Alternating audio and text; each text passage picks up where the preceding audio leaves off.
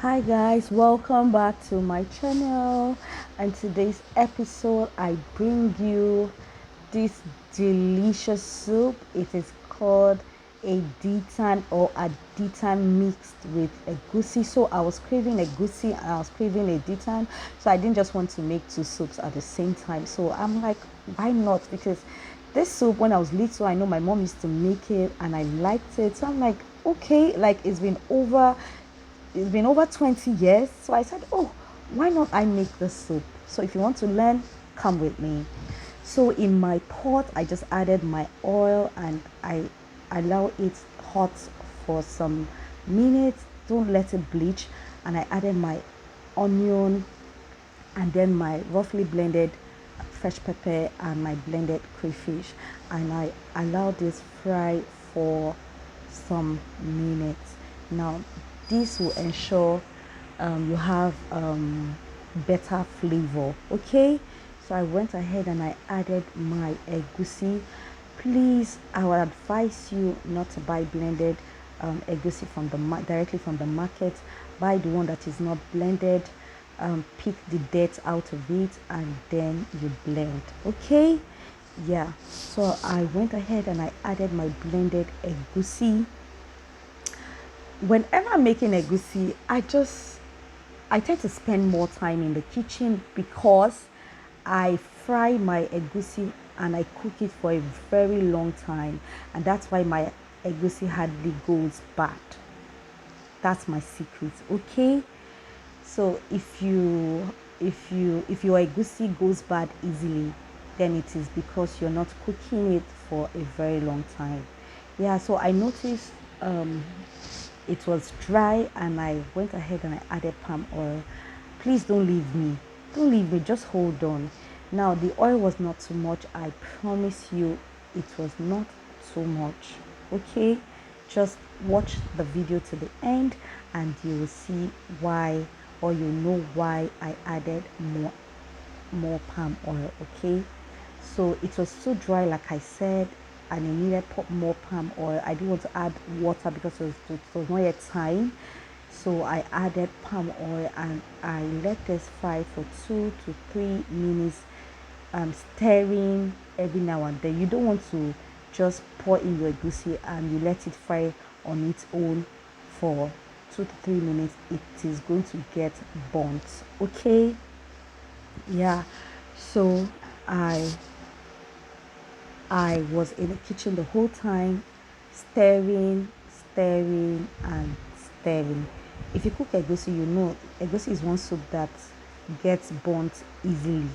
So you don't eat burnt, or you don't have that burnt taste in your egusi. It's awful. Okay. So yeah.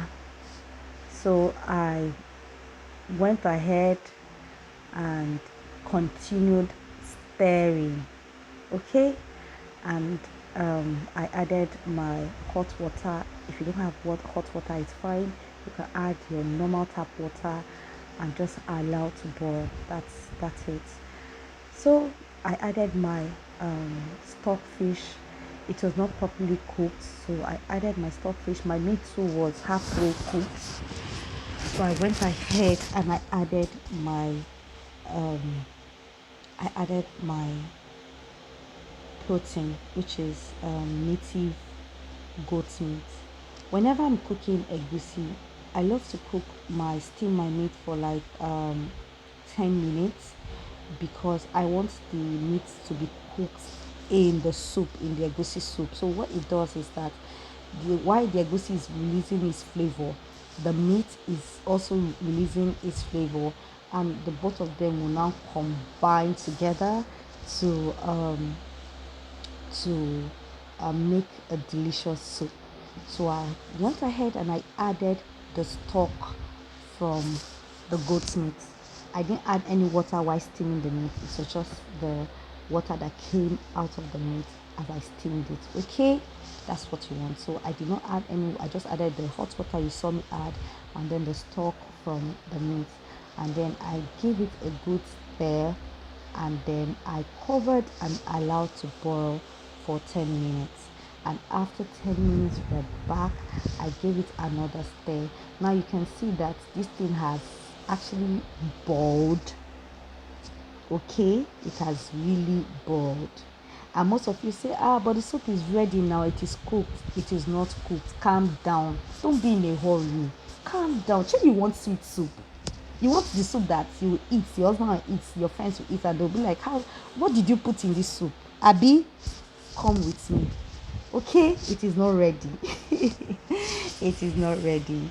Like I said, I love to cook my egusi. Like I cook it for like 30 minutes, 40 minutes. Okay, so I covered and I allowed it boil again for another 10 minutes, and yes, I added more palm oil. Please don't leave me. Like I said, keep watching to the end, you will know why. I added my shelled periwinkle. The reason why I'm using this mother's pot is because whenever I'm cooking a soup that has shelled periwinkle, I do not like using my non-stick pot. Non-stick pot is expensive. Okay, so I won't say because I want to make video or content I'll now come and spoil my pot. Tomorrow I'll now go and buy another one. No, that's not how we do here. So whenever I'm using shelled periwinkle, I use my steel pot. Okay, so I covered for another 10 minutes. 10 minutes after, you can see for yourself that it has boiled real good. Okay, and then yes, you can see the oil floating. Abi, it's too much. It's too much. Don't worry, it's not too much. Keep watching. And then you can see me adding my blended crayfish and my roughly blended pepper mixed with the crayfish. Whenever you're cooking your soup,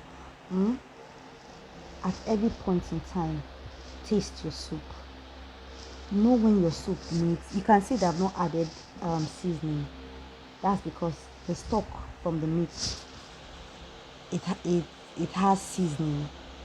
So I will still add though, but I love to add my crayfish first before going in with more seasoning to see if the crayfish would give me what I want. But if you add your crayfish and it's still not enough, you taste it, it is not giving, then you can go ahead to add either your salt or your seasoning. So at this point, I tasted it and I knew it needed more seasoning, so I went ahead and I added my seasoning. I'm not going to mention any seasoning. Whatsoever seasoning that you use that one. Okay, nobody paid me, so I'm not calling any name. I added salt. Whatever salt you use, go ahead and use that salt. Okay, it's fine, but ensure you're not adding too much. Okay, use your eyes to always gauge whatever you're putting inside your soup. Remember, you can put in but you cannot take out. Okay, so I went ahead and I gave this a good stir. You see how this soup is looking, it's coming together, it's looking so rich. Is you know, some of you now will say, okay, this soup is ready, let me just add my uziza or let me just add my vegetable. Come on, stop that. Okay, calm down. Okay, calm down, don't be in a hurry. I covered this and I allowed it boil for another 10 minutes. I love 10 minutes so much when I'm cooking my egusi. It boiled for another 10 minutes. Guys, what this is doing is that it is building flavor. Is sucking out flavor from the stockfish, from the meat, from the egusi, so everything is just mixing. So this is my Aditan. Some people pronounce it Aditan, whatsoever it is, Aditan or Aditan. I sliced it myself like Afang.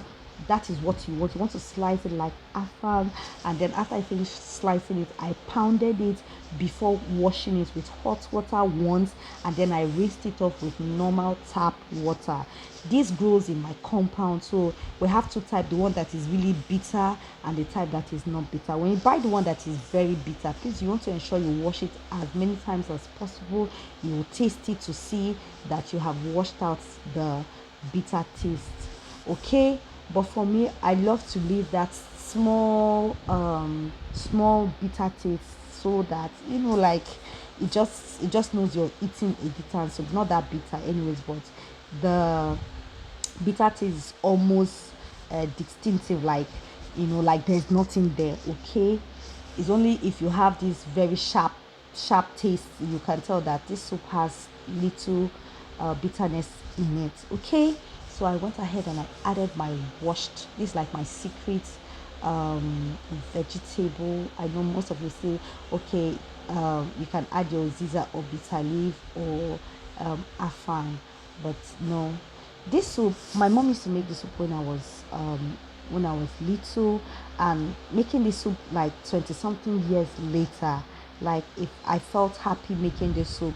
Like I said, I've not made this soup before, it was my first time, and my husband actually likes a Aditan soup. I usually make it like afang because I prefer eating I prefer eating Aditan to I prefer eating Aditan to afang. So my husband prefers Aditan soup. So I tried to make something different. Like, let me just make something different with the Aditan leaf, and I just remembered my mom's recipe, and that is why I tried to make this. And most of you ask, oh, you don't add dry fish to your soup? No, I do. Now my auntie taught me one secret. She said that because when she was cooking, I asked her why I added water because the soup was too thick. So if your soup is too thick, add water. If it's not too thick, then it's fine. Okay, so I really don't like that very thick soup. Like, you can tell now it is not watery, and it is not that thick. It is just perfect. Okay, so back to my dry fish. So when I visited my aunt, I noticed while she was cooking, she added the afang and there was no dry fish. I'm like, auntie, you don't add dry fish? She said no, she will add it when the soup is almost ready.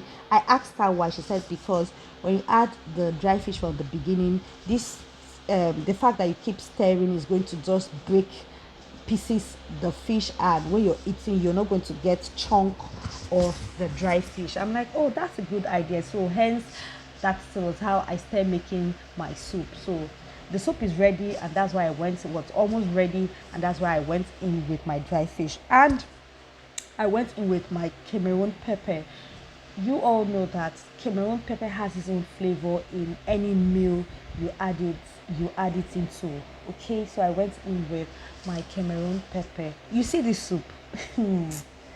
I finished making this soup 11:30 to 12, and I just called my husband to come taste it. Do you know this man requested that I make small eba for him?